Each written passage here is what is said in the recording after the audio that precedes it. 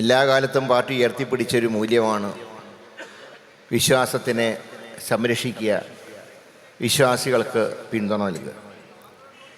ശബരിമല വിഷയത്തിൽ 2018 യുവതീ പ്രവേശനത്തിൻ്റെ ജഡ്ജിമെൻ്റ് മുതൽ ഇപ്പോൾ സ്വർണം മോഷ്ടിച്ച സംഭവം വരെയുള്ള ഈ കാലഘട്ടങ്ങളിൽ ഒരേ എടുത്ത നിലപാടുകളിൽ ഉറച്ചു നിൽക്കുന്ന ഒരു ദേശീയ പ്രസ്ഥാനം അത് കേരളത്തിൽ ഇന്ത്യൻ നാഷണൽ കോൺഗ്രസ് മാത്രമാണ്. ഞാനിപ്പോഴും ഓർക്കുന്നത്, യുവതീ പ്രവേശനത്തിൻ്റെ വിധി വരുമ്പോൾ അന്ന് KPCCയുടെ രാഷ്ട്രീയകാര്യ സമിതി യോഗം ചേർന്നുകൊണ്ടിരിക്കുകയാണ്. ആ സമയത്താണ് യുവതീ പ്രവേശനം അനുവദിച്ചുകൊണ്ടുള്ള സുപ്രീം കോടതിയുടെ വിധി വരുന്നത്. ഏതാണ്ട് 7 മണിക്കൂർ ആ യോഗം ഈ വിഷയം ചർച്ച ചെയ്തു. കാരണം കോൺഗ്രസ് ജനാധിപത്യ പാർട്ടിയാണ്, മതേതര പ്രസ്ഥാനമാണ്. അതുകൊണ്ട് ഒരു തീരുമാനമെടുക്കുമ്പോൾ പൊതു ചർച്ച നടത്തി പാർട്ടിയുടെ മൊത്തം വികാരം കണക്കിലെടുത്തുകൊണ്ട് വേണം ഒരു തീരുമാനമെടുക്കാൻ. ആ ചർച്ചയ്ക്കൊടുവിൽ പാർട്ടി ഒരു കാര്യം തീരുമാനിച്ചു: നമ്മൾ വിശ്വാസികളോടൊപ്പം നിൽക്കണം. ഇവിടെ ശബരിമലയെക്കുറിച്ച് പറയുമ്പോൾ നമ്മൾ പ്രയോഗിക്കുന്നൊരു പദത്തിൽ വ്യത്യാസമുണ്ട്. ശബരിമലയിൽ സ്ത്രീ പ്രവേശനത്തിനെതിരായിട്ടല്ല ജഡ്ജിമെൻ്റ്, യുവതീ പ്രവേശനത്തിൻ്റെ. അതായത് 10 വയസ്സ് വരെയുള്ള പെൺകുട്ടികൾക്കും 60 കഴിഞ്ഞ അമ്മമാർക്കും അവിടെ പ്രവേശനമുണ്ട്, ഏത് മതത്തിൽപ്പെട്ടവരാണ്. എന്നാൽ ആ ക്ഷേത്രത്തിൻ്റെ ഒരു പ്രതിഷ്ഠയുടെ പ്രത്യേകത, ആ പ്രതിഷ്ഠ നൈഷ്ഠിക ബ്രഹ്മചര്യ പ്രതിഷ്ഠയാണ്. ഹിന്ദുമത വിശ്വാസം അനുസരിച്ച് നൈഷ്ഠിക ബ്രഹ്മചാരികളെ യുവതികൾ സന്ദർശിക്കാറില്ല. അതുകൊണ്ടാണ് ശബരിമലയിൽ മാത്രം യുവതികൾക്ക് പ്രവേശനം നിഷേധിച്ചിട്ടുള്ളത്. അത് നേരെ വെച്ച് മറ്റ് ക്ഷേത്രങ്ങളിൽ ബാധകമല്ല. ഇങ്ങനെയുള്ളതൊരു ഐതിഹ്യമാണ് ഒരു ക്ഷേത്രത്തിൻ്റെ. അതിനെയാണ് സുപ്രീം കോടതി ചോദ്യം ചെയ്തത്. അന്ന് KPCC തീരുമാനിച്ചു നമ്മൾ വിശ്വാസികളോടൊപ്പം നിൽക്കണം. അങ്ങനെ ആ തീരുമാനത്തിനെതിരെ സുപ്രീം കോടതിയുടെ മറ്റെല്ലാ കാര്യങ്ങളിലുള്ള ബഹുമാനം നിലനിർത്തിക്കൊണ്ട് തന്നെ വിശ്വാസങ്ങൾ ഇടപെടുന്നത് ശരിയല്ല എന്ന ശക്തമായ സമീപനം നമ്മൾ സ്വീകരിച്ചു. ഇവിടെ ഒരു കാര്യം മനസ്സിലാക്കേണ്ടത്, നമ്മളൊരു ദേശീയ പാർട്ടിയാണ്, നമ്മളെ ഒരു മതസംഘടനയോ സാമുദായിക സംഘടനയോ അല്ല. അതുകൊണ്ട് തീരുമാനമെടുക്കുന്ന ചർച്ചയിലൂടെ വേണം. അങ്ങനെ ചർച്ച നടത്തിയെടുത്ത തീരുമാനമാണ് വിശ്വാസികളോടൊപ്പം നിൽക്കുക. അതിന് വിശ്വാസികൾക്ക് പിന്തുണ പ്രഖ്യാപിച്ചുകൊണ്ട് അന്ന് 5 മേഖലാ ജാഥകൾ നടത്തുകയുണ്ടായി. അന്ന് കാസർഗോഡ് നിന്ന് വാഹന പ്രചരണ ജാഥയാണ്. കാരണം ഇവിടുന്ന് പത്തനംതിട്ടയിലെടുക്കാൻ പദയാത്ര നടത്തിയാൽ ദിവസങ്ങളോളം എടുക്കുമെന്നുള്ളത് കൊണ്ട് ഇവിടെയും ആലപ്പുഴയിലും വാഹന പ്രചരണ ജാഥ. കാസർഗോഡ് വാഹന പ്രചരണ ജാഥയ്ക്ക് നേതൃത്വം നൽകിയത് ശ്രീ K. സുധാകരൻ. ആലപ്പുഴയിൽ നിന്നുള്ള ജാഥയ്ക്ക് നേതൃത്വം നൽകിയത് ശ്രീമതി ഷാനിമോൾ ഉസ്മാനാണ്. 3 പദയാത്ര. തിരുവനന്തപുരത്ത് പത്തനംതിട്ടയിലേക്ക് പദയാത്ര നയിച്ച ഞാനായിരുന്നു. തിരുവഞ്ചൂർ രാധാകൃഷ്ണൻ, കൊടിക്കുന്നിൽ സുരേഷിൻ്റെ നേതൃത്വത്തിൽ മറ്റ് 2 പദയാത്രകളുണ്ട്. ഇതെല്ലാം പത്തനംതിട്ട എന്ന് സംഗമിച്ചുകൊണ്ട് വിശ്വാസികൾക്ക് ആ യോഗം പിന്തുണ പ്രഖ്യാപിച്ചു. പക്ഷെ ഇത് കഴിഞ്ഞ് ഏതാണ്ട് 2 മാസം കഴിഞ്ഞു നവംബറിലാണ് ഈ നമ്മുടെ വിശ്വാസ സംരക്ഷണ ജാഥ എന്ന് നടത്തിയത്. 2019 ജാനുവരി മാസം 2-ാം തീയതി അന്ന് ഞങ്ങളൊക്കെ മന്നൻ ജയന്തി ആഘോഷങ്ങളിൽ പങ്കെടുക്കാൻ ചങ്ങനാശ്ശേരിയിലാണ്. അന്ന് കാലത്ത് വന്ന പത്രവാർത്ത, 2 യുവതികളെ പുരുഷവേഷം കെട്ടിച്ച് സന്നിധാനത്തിലേക്ക് കയറ്റി. ഇത് പറയുന്ന മറ്റാരുമല്ല, ഇതിൻ്റെ CCTV ദൃശ്യങ്ങൾ വെച്ച് മുഖ്യമന്ത്രി തിരുവനന്തപുരത്ത് പത്രസമ്മേളനം നടത്തി. ഞാൻ ഇന്ന് ഓർക്കുന്നത്, അന്ന് NSS general secretary Shri Sukumaran Nair അന്ന് അദ്ദേഹം പ്രഖ്യാപിച്ചു, ശബരിമല ആചാരങ്ങൾ ലംഘിക്കപ്പെട്ടിരിക്കുന്നു, അതുകൊണ്ട് തന്നെ നടയടയ്ക്കാൻ തന്ത്രി തീരുമാനിച്ചു. ആ തന്ത്രി കുടുംബത്തിനോട് ഞങ്ങൾ ഐക്യദാർഢ്യം പ്രഖ്യാപിക്കും. അത് കഴിഞ്ഞ് അവിടെ ഭീമശുദ്ധി വരുത്തി നട വീണ്ടും തുടങ്ങും. പക്ഷെ അതിനുശേഷം അന്ന് ഇതിന് നേതൃത്വം നൽകിയ തന്ത്രി രാജീവരെ അങ്ങേയറ്റം അപമാനിക്കുന്ന പ്രസ്താവനകൾ മുഖ്യമന്ത്രി നടത്തി, മന്ത്രിമാർ നടത്തി. എന്നാൽ അവസാനം സുപ്രീം കോടതി പറഞ്ഞു ഞങ്ങൾ തൽക്കാലം വിധി നടപ്പാക്കാൻ നിർബന്ധിക്കുന്നില്ല. ഇപ്പോഴതിൽ നിൽക്കുകയാണ് കാര്യം.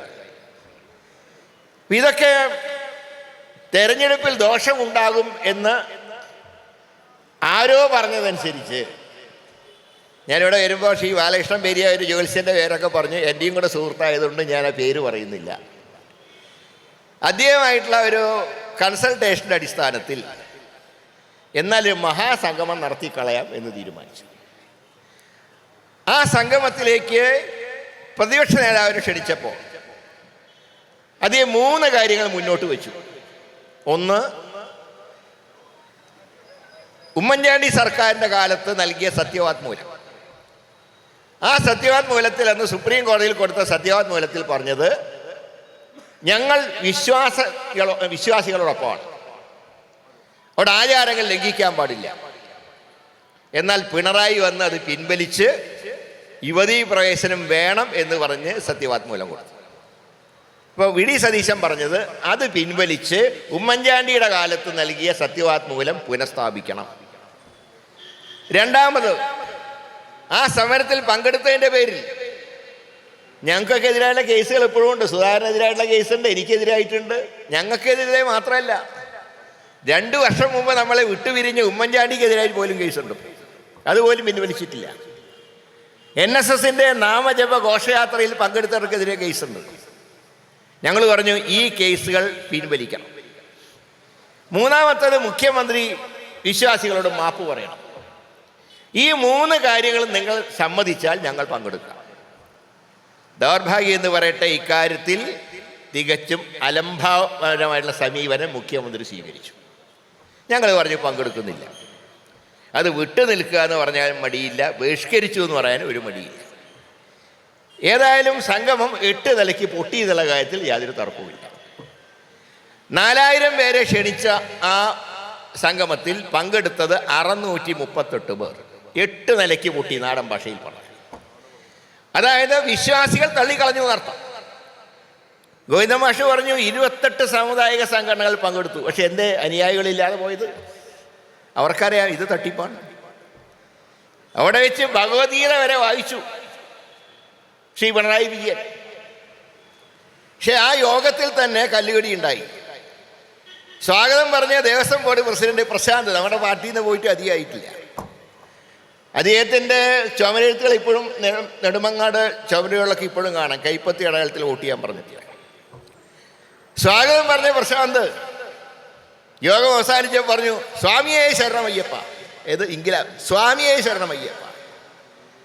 മുഖ്യമന്ത്രിയാണെങ്കിൽ നമ്മളൊക്കെ സ്വാമിയെ ശരണമയ്യപ്പ എന്ന് പ്രാർത്ഥിക്കുമ്പോൾ മുഖ്യമന്ത്രി പ്രാർത്ഥിക്കുന്നു സ്വാമിയെ ഭരണമയ്യപ്പ. അപ്പോൾ അതോടുകൂടെ തന്നെ ഭക്തന്മാർക്ക് കാര്യം മനസ്സിലായി എങ്ങനെയാണ് ഈ സംഗമം പൊട്ടിയത്. ഏതായാലും പൊട്ടിയതിന് ശേഷം മാർക്സിസ്റ്റ് പാർട്ടി പൊട്ടിയെന്ന് പറഞ്ഞില്ല. ഓരോരുത്തർ ഓരോ കാരണങ്ങൾ കണ്ടെത്തി. ഗോവിന്ദൻ മാഷ് പറഞ്ഞ് കൃത്രിമമായ അവിടുത്തെ ശൂന്യമായിട്ടുള്ള കസാലകളൊക്കെ AI സംവിധാനത്തിൽ ഉണ്ടാക്കിയതാണ്. കസാലയൊക്കെ നിറഞ്ഞത്, പക്ഷേ AI സംവിധാനം ഉപയോഗിച്ച് ഒഴിഞ്ഞ കസാലകൾ സൃഷ്ടിച്ചു. മന്ത്രി വാസവൻ പറഞ്ഞു 4000 കസാലകൾ, ഞങ്ങൾ 5000 കസാല ഇട്ടു, 4000 കഴിഞ്ഞപ്പോൾ 1000 കസാല ബാക്കി വന്നു. ഏതായാലും കസാലകളൊക്കെ ശൂന്യമായിരുന്നു, സംഭവം പൊട്ടി. അതിനുശേഷമാണ് ഇപ്പം സ്വർണം കട്ട കഥ പുറത്തു വരുന്നത്. ഇപ്പോഴത്തെ ഒരവസ്ഥ എന്താണെന്ന് ചോദിച്ചാൽ അയ്യപ്പൻ മാത്രമേ അവിടെ ബാക്കിയുള്ളൂ. ബാക്കി ദ്വാരപാലകന്മാരുടെ സ്വർണവും പോയി, അയ്യപ്പൻ്റെ രുദ്രാക്ഷമാലയും പോയി, അയ്യപ്പസ്വാമിയുടെ ദണ്ടും പോയി. ദണ്ടും രുദ്രാക്ഷമാലയും, യോഗദണ്ടും രുദ്രാക്ഷമാലയും അണിഞ്ഞുകൊണ്ടാണ് അയ്യപ്പൻ ഭജന ഇരിക്കുക. ആ 2 സാധനങ്ങൾ സ്വർണം പൂശാൻ എന്ന് പറഞ്ഞ് അതും കൊണ്ടുപോയി. 998 വിജയമല്യ സംഭാവന ചെയ്ത 30 കിലോ സ്വർണ്ണമാണ് ഈ ഉണ്ണികൃഷ്ണൻ പോറ്റി എന്ന പോറ്റി അടിച്ചു മാറ്റി. അല്ലെങ്കിൽ മറ്റൊരു സംഭവം ഉണ്ടായി. ഈ ആഗോള അയ്യപ്പ സംഗമത്തിൽ വായിച്ച സന്ദേശം ആരുടെ അറിയാം? വായിച്ച യോഗി ആദിത്യനാഥിൻ്റെ. കോൺഗ്രസിൻ്റെ ആരെങ്കിലാണ് വായിച്ചിരുന്നെങ്കിൽ എന്ത് ബഹളായനെ ഇവിടെ. യോഗി ആദിത്യനാഥ് സമ്മേളനത്തിന് വിജയം ആശംസിച്ചുകൊണ്ട് വായിച്ചപ്പോൾ മുഖ്യമന്ത്രിക്ക് ആവേശം, വാസവനും ആവേശം. ഇത് കഴിഞ്ഞ് 4-ാം ദിവസം വേറൊരു സംഗമം നടന്നു. അത് സംഘപരിവാറിൻ്റെ സംഗമം. അത് ഉദ്ഘാടനം ചെയ്ത ഒരു സ്വാമിയല്ല, ഒരു ആസാമി. അയാൾ പ്രസംഗിച്ച എന്താ അറിയോ? ഒരു കൊള്ളക്കാരനാണ്, ഒരു തീവ്രവാദിയാണ്. അപ്പോൾ തന്നെ അയ്യപ്പ ചരിതത്തിലെ പ്രധാന ഭാഗം പോയില്ലേ? വാവരും അയ്യപ്പനും സുഹൃത്തുക്കളായിട്ടാണ് അയ്യപ്പ ചരിതത്തിൽ പറയുന്നത്. സംഭവം വാവര് കൊള്ള ചെയ്യാൻ തന്നെയാണ് നമ്മുടെ നാട്ടിലേക്ക് വന്നത്. പക്ഷേ തൻ്റെ വിശ്വരൂപം കാണിച്ച് അയ്യപ്പൻ വാവരുടെ മനസ്സ് മാറ്റിയെന്നാണ് അയ്യപ്പ ചരിതത്തിൽ പറയുന്നത്. അങ്ങനെയാണ് വാവര് അയ്യപ്പൻ്റെ തോഴനാണ്, അല്ലാണ്ട് ശിഷ്യനല്ല. കാരണം തൻ്റെ വിശ്വാസം നിലനിർത്തിക്കൊണ്ട് തന്നെയാണ് വാവര് അയ്യപ്പനുമായി ചങ്ങാതിത്വം സ്ഥാപിച്ചത്. ഇപ്പോഴും എരുവേലി വാവര് പള്ളിയിൽ നിന്ന് പേട്ട തുള്ളിയിട്ട് പോകുമ്പോൾ കൂടെ വാവരും പോകുന്ന സങ്കല്പം. ഇതൊക്കെ ചരിത്രമാണ്. ഇതൊക്കെ വിശ്വസിക്കുന്ന വർഷങ്ങളായിട്ട് വിശ്വസിക്കുകയാണ്. അതിന് പിണറായി വിചാരിച്ചാൽ മാറ്റാൻ പറ്റുമോ? അപ്പം അങ്ങനെയുള്ള വാവരെ കൊള്ളക്കാരനായി ചിത്രീകരിക്കാൻ സംഘപരിവാറിന് ഒരവസരമുണ്ടാക്കാൻ ഈ പിണറായിൻ്റെ സംഗമം കൊണ്ട് നടന്നു. നമ്മുടെ മതസൗഹാർദ്ദത്തിനേറ്റ ഒരു വിള്ളലായിരുന്നു. അത് മാത്രമല്ല, ആഗോള അയ്യപ്പ സംഗമത്തിന് സ്റ്റാലിനെ ക്ഷണിച്ച പിണറായി, സ്റ്റാലിൻ നമ്മുടെ കൂടെയൊക്കെ തന്നെയാണ് നിൽക്കുന്നത്. പക്ഷെ അദ്ദേഹം ദൈവവിശ്വാസിയൊന്നുമല്ല, അതെല്ലാവർക്കും അറിയാം. എന്നാൽ ദൈവവിശ്വാസികളെ 2 മുഖ്യമന്ത്രിമാർ അതിൻ്റെ അടുത്തുണ്ട്, കോൺഗ്രസ്സുകാർ. തെലങ്കാന മുഖ്യമന്ത്രി രേവന്ത് റെഡ്ഡി, അതുപോലെ തന്നെ കർണാടക മുഖ്യമന്ത്രി സിദ്ധരാമയ്യ. ഇനി പോട്ടെ, അങ്ങ് ഹിമാചൽ പ്രദേശ്, ഏറ്റവും ഹിന്ദു ക്ഷേത്രങ്ങളിലുള്ള ഹിമാചൽ പ്രദേശിൻ്റെ മുഖ്യമന്ത്രി സുഖ്ദേവ് സിംഗ് സുഖു, കോൺഗ്രസ്സുകാരാ. 3 പേരും ക്ഷണിച്ചില്ല. ഏതായാലും ഞാൻ പറഞ്ഞല്ലോ, സംഗമം പൊട്ടിക്കഴിഞ്ഞ് ഏതാനും ദിവസം കഴിഞ്ഞപ്പോഴാണ് സ്വർണം കട്ട കഥ പുറത്തു വരുന്നത്. ഞാൻ ഇന്നലെ മുഖ്യമന്ത്രിയുടെ ഒരു പ്രസ്താവന വായിച്ചു. ആഗോള സംഗമം വിജയിച്ചപ്പോൾ അത് പൊളിക്കാൻ നടത്തിയൊരു ഗൂഢാലോചനയാണ് ഈ സ്വർണം കട്ടത്. അപ്പം ഞാൻ ചോദിക്കട്ടെ, ആരാണ് സ്വർണം കട്ടുമെന്ന് പറഞ്ഞാൽ UDF ആണോ പറഞ്ഞത്, അതോ കേരള ഹൈക്കോടതി? കേരള ഹൈക്കോടതിയാണ് പറഞ്ഞത്. സ്വർണം ഇളക്കി കൊണ്ടുപോയി തിരിച്ചു കൊണ്ടുവന്നപ്പോൾ തൂക്കക്കുറവുണ്ടായി. ഇപ്പം തൂക്കക്കുറവ് മാത്രമല്ല, അടിച്ചുകൊണ്ടേ സ്വർണ്ണയല്ല കൊണ്ടുപോയ സ്വർണം ഒന്ന്, തിരിച്ചു വന്ന സ്വർണം ഡ്യൂപ്ലിക്കേറ്റ്, ചെമ്പിൽ പൂശിയിട്ട് കൊണ്ടുവന്നു. ചെന്നൈയിലെ ഒരു സ്മാർട്ട് എന്നാണ് ആ കമ്പനിയുടെ പേര്. ഏതാ ഇപ്പം മനസ്സിലായി, ഒട്ടും സ്മാർട്ടല്ലാത്ത കമ്പനിയാണ്. അവിടെ കൊണ്ടുപോയിട്ട് എന്ത് ചെയ്തു? ഒറിജിനലൊക്കെ ഇളക്കി മാറ്റി ചെമ്പിൽ 2 കോട്ടടിച്ച്, സ്വർണത്തിൻ്റെ കളർ 2 കോട്ടടിച്ചിട്ട് അതാണ് ഇപ്പം അവിടെ കൊണ്ട് പ്രതീക്ഷിച്ചിട്ടുള്ളത്. ഞാൻ ചോദിക്കട്ടെ, ഈ ഉണ്ണികൃഷ്ണൻ നമ്പൂരി ആരാ? ഈ ഉണ്ണികൃഷ്ണൻ പോറ്റി. ഈ പോറ്റി എന്ന ആസാമി ആൾ ദൈവം UDFൻ്റെ ഇപ്പം പറഞ്ഞു, UDFൻ്റെ കാലത്ത് അധികം കീഴ്ശാന്തിയായിരുന്നു. ശരി, കീഴ്ശാന്തിയായിട്ട് കയറിയപ്പോൾ തന്ത്രി പറഞ്ഞു ഇയാൾക്ക് ഒരു ശാന്തി അറിഞ്ഞുകൂടാ. അന്ന് UDF സർക്കാരിൻ്റെ കാലത്ത് ഇറക്കി വിട്ടായാണ്. ഞാൻ ചോദിക്കട്ടെ, ഈ വിദ്വാൻ എങ്ങനെ പിന്നെ സ്പോൺസറായിട്ട് വന്നു? ഒരു കീഴ്ശാന്തിയായി ശബരിമലയിൽ പൂജയ്ക്ക് വന്ന് അതിന് കൊള്ളില്ല എന്ന് പറഞ്ഞ് തന്ത്രി ഇറക്കി വിട്ട ഈ ഉണ്ണികൃഷ്ണൻ പോറ്റി എങ്ങനെ സ്പോൺസറുടെ രൂപത്തിൽ വന്നു? ഇയാളുടെ കയ്യിൽ എന്ത് വിശ്വസിച്ചാണ് സ്വർണം കൊടുത്തയച്ചത്?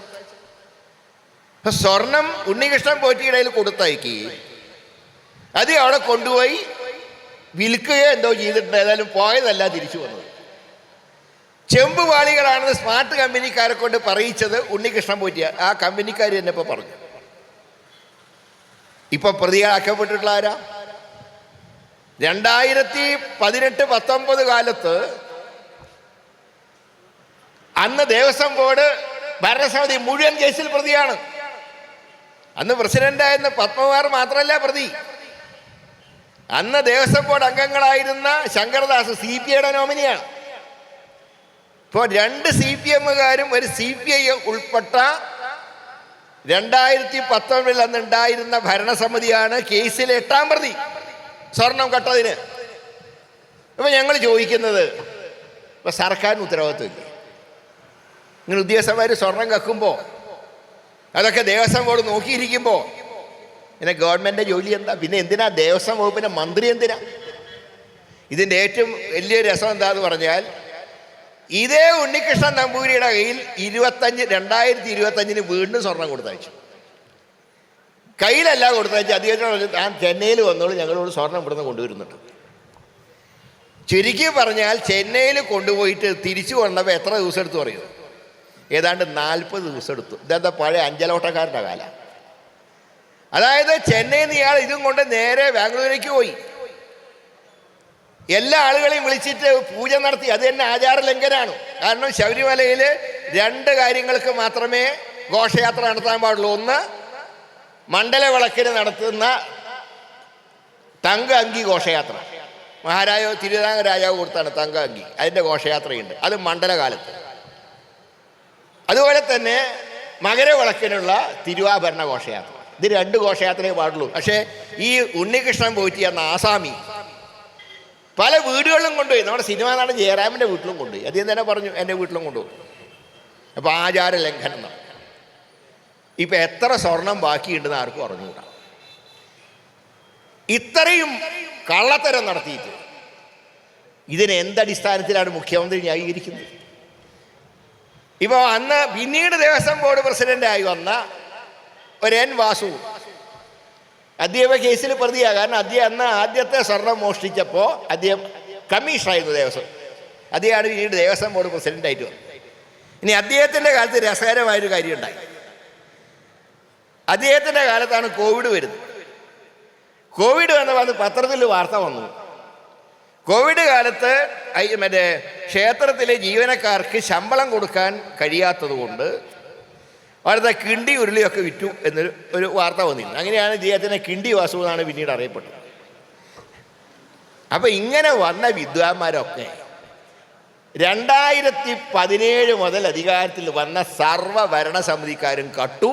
അതിന് മന്ത്രിമാർ കൂട്ടുനിന്നു. ചുരുക്കി പറഞ്ഞാൽ ഇനി അയ്യപ്പ മാത്രമേ ബാക്കിയുള്ളൂ. അതിനാണ് പിണറായി പറയുന്നത്, ഒരു ടേമും കൂടെ എനിക്ക് തരണം. എന്തിനാ അയ്യപ്പനെ വിഴുങ്ങാൻ? നമ്മളിനി സ്വാമിയെ എന്ന് വിളിക്കുമ്പോൾ അയ്യപ്പൻ പിണറായിൻ്റെ വയറ്റെന്ന് പറയും ഞാൻ ഇവിടെയുള്ളത്. അതിലേക്ക് പോകണോ നമ്മുടെ നാട്? നമ്മൾ ആലോചിക്കേണ്ട ഒരു കാര്യമാണത്. അതുകൊണ്ട് ഒരു കാര്യം ഞാൻ പറയാം, പാർട്ടി ആവശ്യപ്പെടുന്ന ഒരു കാര്യമേ ഉള്ളൂ. ഞാൻ ദീർഘിപ്പിക്കുന്നില്ല, കാരണം ഇത് കുറച്ച് ചരിത്രം പറയാനുള്ളതുകൊണ്ടാണ്. മറ്റാരും കാര്യമായിട്ട് ഇവിടെ പ്രസംഗിച്ചില്ല, അതുകൊണ്ടാണ് ഇത്രയും കാര്യം പറയുന്നത്. കോൺഗ്രസിൻ്റെ UDFൻ്റെ ഡിമാൻഡ് ഒന്നാണ്. ഇപ്പോൾ ഹൈക്കോടതി ഒരു അന്വേഷണം പ്രഖ്യാപിച്ചിട്ടുണ്ട്. ഹൈക്കോടതി പറഞ്ഞിട്ടുള്ള എന്താ അറിയുമോ? ഈ ഉദ്യോഗസ്ഥന്മാർ IPS വെച്ചിട്ടുള്ളത്. പക്ഷെ അതിലും ഒരു കുഴപ്പമുള്ളത്, അവരോട് പറഞ്ഞിട്ടുണ്ട് നിങ്ങൾ റിപ്പോർട്ട് മുഖ്യമന്ത്രിക്ക് കൊടുക്കരുത്, ഞങ്ങൾക്ക് നേരിട്ട് തരണം എന്ന് പറഞ്ഞു. പക്ഷെ എങ്കിലും അങ്ങനെ റിപ്പോർട്ട് ഈ ഉദ്യോഗസ്ഥന്മാർ കൊടുത്താൽ മുഖ്യമന്ത്രി ഭാവിയിൽ അവരെ പിടിക്കാൻ സാധ്യതയുണ്ട്. ഇപ്പോൾ ഒരു യോഗേഷ് ഗുപ്ത ഉണ്ടല്ലോ, അഡീഷണൽ DGP, മുഖ്യമന്ത്രിക്കെതിരെ ഒരു തീരുമാനം എടുത്തതിൻ്റെ പേരിൽ അദ്ദേഹത്തിൻ്റെ കോൺഫിഡൻഷ്യൽ റിപ്പോർട്ട് പോലും കൊടുത്തിട്ടില്ല. അദ്ദേഹം കേന്ദ്രത്തിലെ ഡെപ്യൂട്ടേഷൻ പോകാൻ നോക്കിയപ്പോൾ പറഞ്ഞു താൻ അങ്ങനെ പോണ്ട, തൻ്റെ കോൺഫിഡൻഷ്യൽ റിപ്പോർട്ട് ഞാൻ ഒപ്പിട്ട് തരില്ല എന്നാൽ അദ്ദേഹത്തിനെ കഷ്ടപ്പെടുത്തി. വെങ്കടേശൊക്കെ നല്ല ഉദ്യോഗസ്ഥൻ തന്നെയാണ് സംഭവിച്ചു. പക്ഷേ മുഖ്യമന്ത്രിയാണ് കോൺഫിഡൻഷ്യൽ റിപ്പോർട്ട് എഴുതേണ്ടത്. അത് ഭാവിയിൽ മറ്റെന്തെങ്കിലും കാര്യത്തിൽ ആൾ കയറി പിടിക്കും.